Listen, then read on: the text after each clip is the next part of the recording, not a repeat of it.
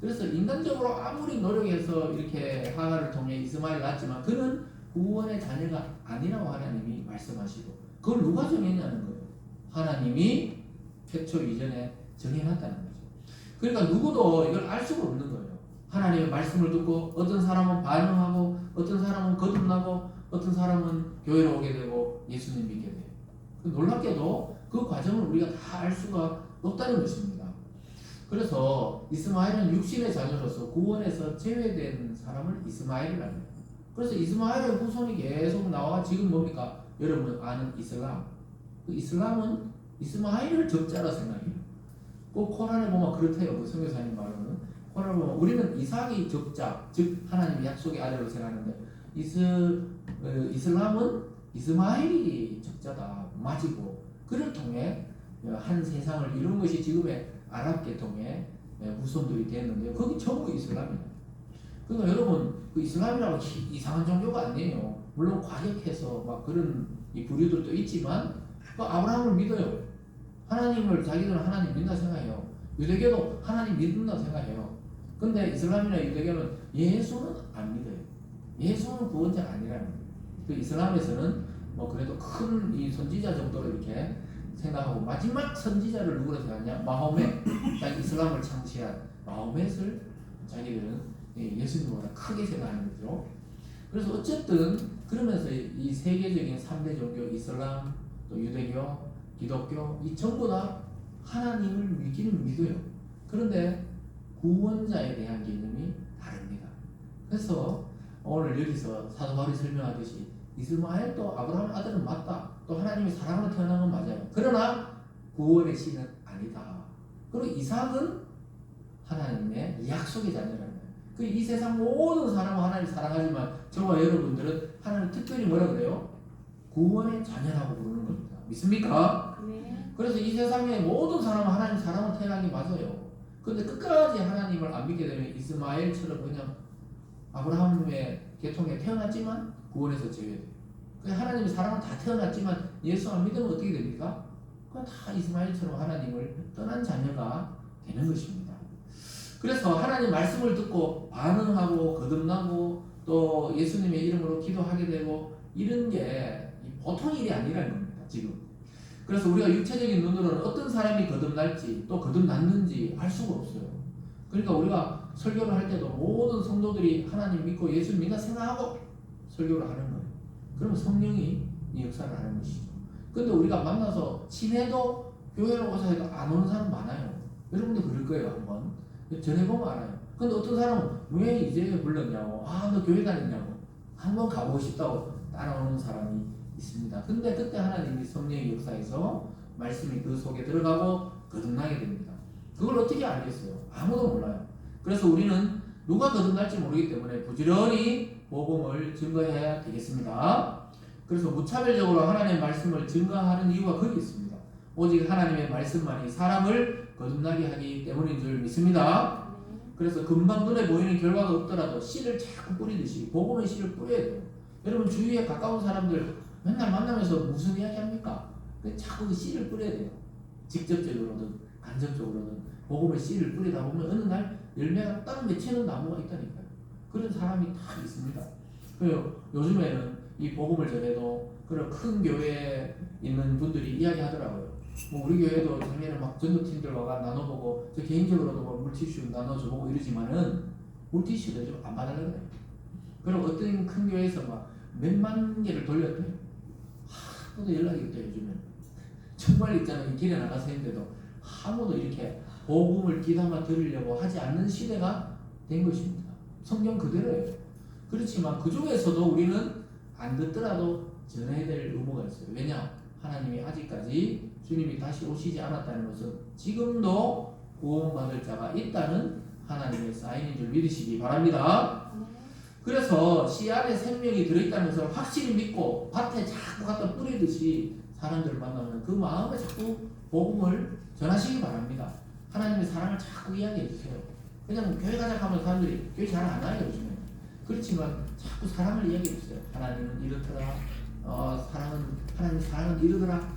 예수님의 사랑은 이런 것이더라. 자기가 받은 은혜를 자꾸 그냥 하다 보면 어떤 사람들은 그걸 또 받아들이게 되는 것입니다. 그래서 생명이 씨 안에 있다는 것을 확실히 알듯이 복음 안에 구원의 역사가 있다는 것을 믿으시기 바랍니다.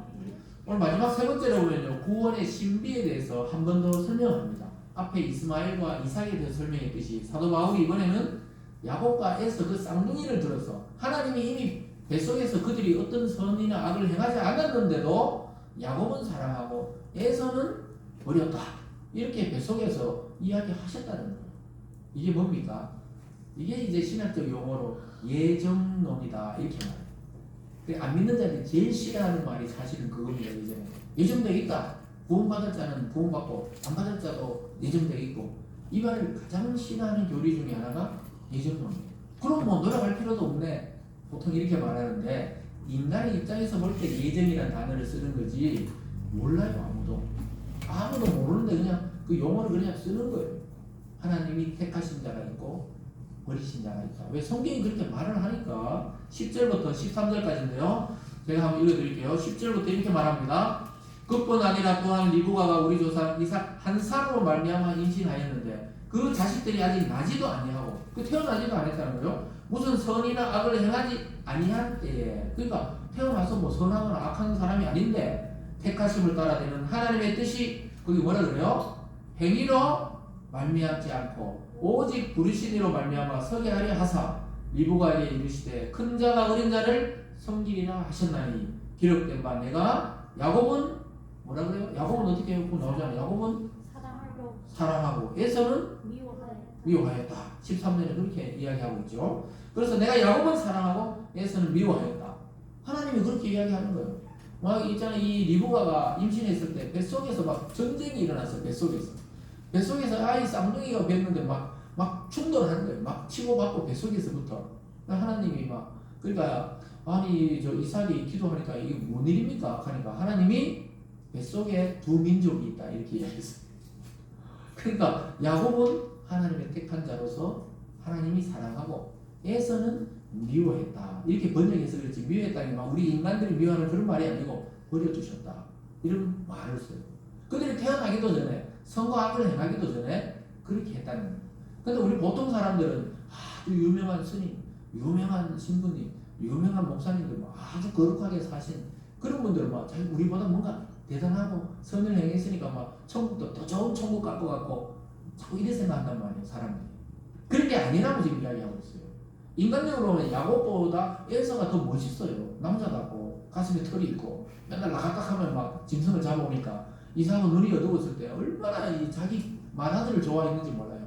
하나님이 이미 예정을 야곱이라고 했는데도 에서에게 막 축복을 주려고, 야, 야곱 없을 때 가서 짐승 한 마리 잡아와. 내가 그 맛있게 먹고 너를 막 축복하려고 그러다 눈이 먼 아버지가 이야기를 합니다. 그래서 내가 이제 곧 죽을 때가 된 것 같다. 눈이 안 보인다. 근데 어떻게 해요? 식욕은 더 왕성해지면서 막 사람이 보통 식욕이 없어야 죽지. 눈이 안 보인다 죽는 건 아니에요. 근데 막 그래서 막 자기 그 큰아들에게 막 축복을 주고 싶어가지고, 이 인간적인 생각이죠. 그래서 막 축복을 주고 싶어가지고 빨리 잡아오라니까 그 얼마나 깨웠습니까? 그 엄마가 그걸 딱 듣고는, 엄마는 리브가는 자기 뱃속에서 분명히 하나님이 야곱을 축복한다 그랬는데, 아니 저 영감이 저 눈이 어두워지고 정신이 완전히 가고만해 싶어가지고 자기하고 친한 또 쌍둥이 하나 야곱을, 또 엄마는 또 야곱을 사랑하는 거예요. 맨날 집에 있으니까 빨래도 개고 청소도 하고, 얘는 뭐 직업이 없으니까 맨날 집에서 그랬거든요. 그 야곱은 직업이 없어요. 자세히 보면 에서는 뭐라 그래요? 들 사람이다, 이렇게 옛날 번역에 보면 사냥을 하고, 그 당시에는 꼭 필요한 사람이 그런 사람이에요. 지금하고 다르잖아요. 그러니까 뭐 직장이 있고 사업을 해가지고 막 다 하나님 일을 하는 이 에서가 우리 집안을 맡아야 되지. 뭐 바느질을 하고 뭐 엄마 뒤따라다니는 이 야곱이 우리 집을 맡아서는 안 된다. 이삭이 믿음의 조상인데도 아무리 봐도 하나님 착각하신 것 같다, 이렇게 생각해가지고 에서에게 그걸 주려고 그랬잖아요. 근데 어떻게 해요? 리브가가 딱 듣고는 빨리 염소를 잡아가지고, 남편이 뭘 좋아하는지 부인이 더 잘할 거 아니에요, 에서보다는. 요리를 얼마나 잘하겠어요. 쫙 해가지고 막 영감 입맛에 딱 하게 만들어가지고 딱 갖다 주니까 너무 맛있는 거예요. 그래서 아이고 근데 어떻게 이렇게 짐승을 빨리 잡아왔냐 이러니까 야곱이 엄마가 생각했던 것보다 훨씬 똑똑한 거예요. 아주 기질이 완전히 속이는 잘하는 의미거든요, 야곱 자체가.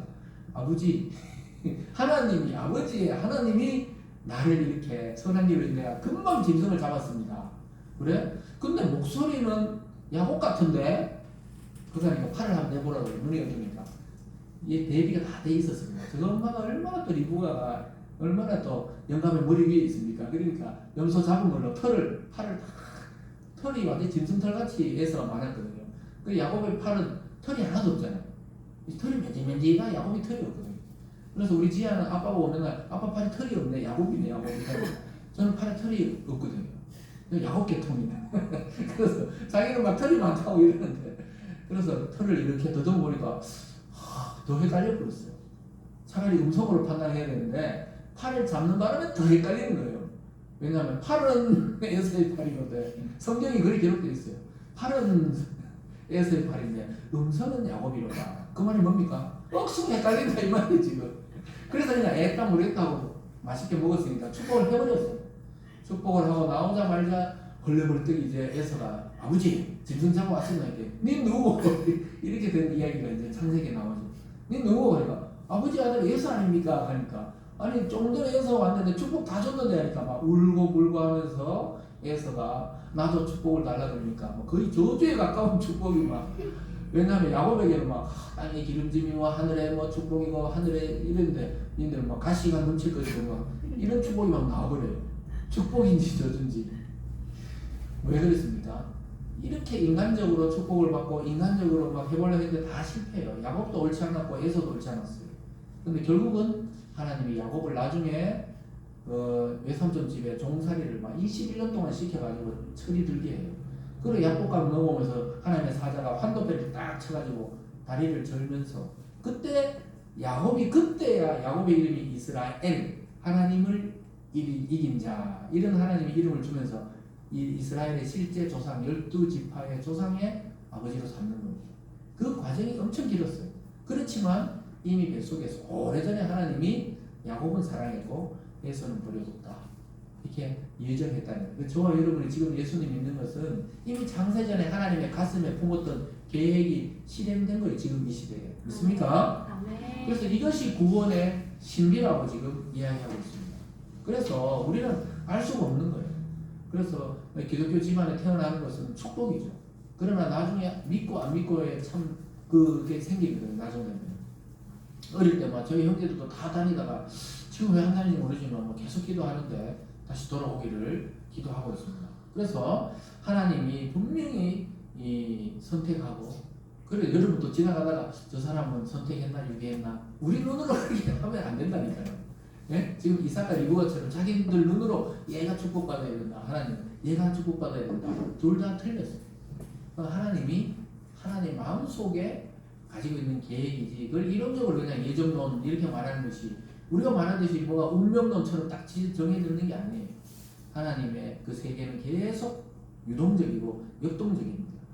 그래서 선행과 악행에도 상관이 없어요. 우리 이전에 선을 많이 행했느냐 악한 일을 했느냐 그것도 상관없어요. 하나님의 구원에는 하나님의 주권만이 작동하기 때문입니다.